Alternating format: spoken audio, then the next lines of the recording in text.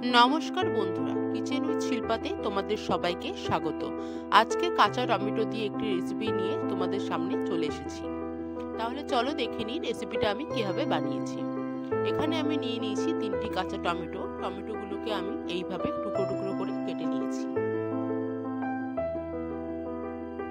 রান্নাটা করার জন্য কড়াইতে আমি সর্ষের তেল এবং তাতে কালো জিরে ও শুকনো লঙ্কা চিরে ফোড়ন দিয়ে দিয়েছি।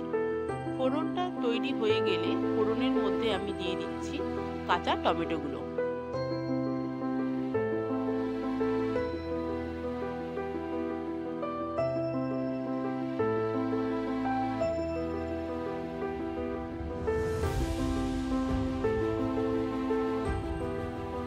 তেলের মধ্যে টমেটোগুলোকে কিছুক্ষণ নাড়াচাড়া করে নেওয়ার পরে দিয়ে দেব আমি স্বাদ মতো লবণ।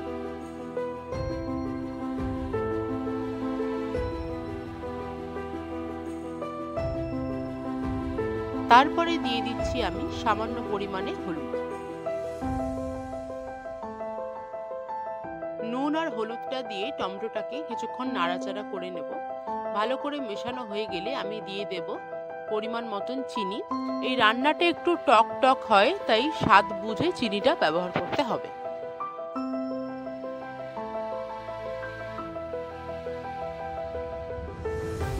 এবারে সমস্ত মশলা দিয়ে টমেটোটাকে বেশ কিছুক্ষণ কষিয়ে নিয়ে টমেটোটাকে পুরো মজিয়ে নিতে হবে। ঠিক এই রকম পর্যায়ে চলে এলে আমি দিয়ে দেব সাদা সর্ষে বাটা। এখানে আমি সাদা সর্ষে ইউজ করেছি, আপনারা চাইলে কালো সর্ষে ব্যবহার করতে পারেন, তবে সেক্ষেত্রে সর্ষে বাটাটাকে একটু ছেঁকে নেবেন। যেহেতু কালো সর্ষে খেলে অম্বল হতে পারে, তার জন্য আমি এখানে সাদা সর্ষে ব্যবহার করেছি। সর্ষেটা দিয়ে কিছুক্ষণ ভালো করে মিশিয়ে নেওয়া হয়ে গেলে দিয়ে দেব আমি সর্ষে বাটা জলটা। এখানে আমি বেশি জল ব্যবহার করব না, এই রান্নায় বেশি জল ব্যবহার করার দরকার পড়ে না, কারণ রান্নাটা হবে একটু মাখা মাখা। মিডিয়াম ফ্লেমে রেখে কিছুক্ষণ ধরে নাড়িয়ে এরকম ঘন ঘন পর্যায়ে চলে এলেই বুঝে নিতে হবে রান্নাটা হয়ে গেছে।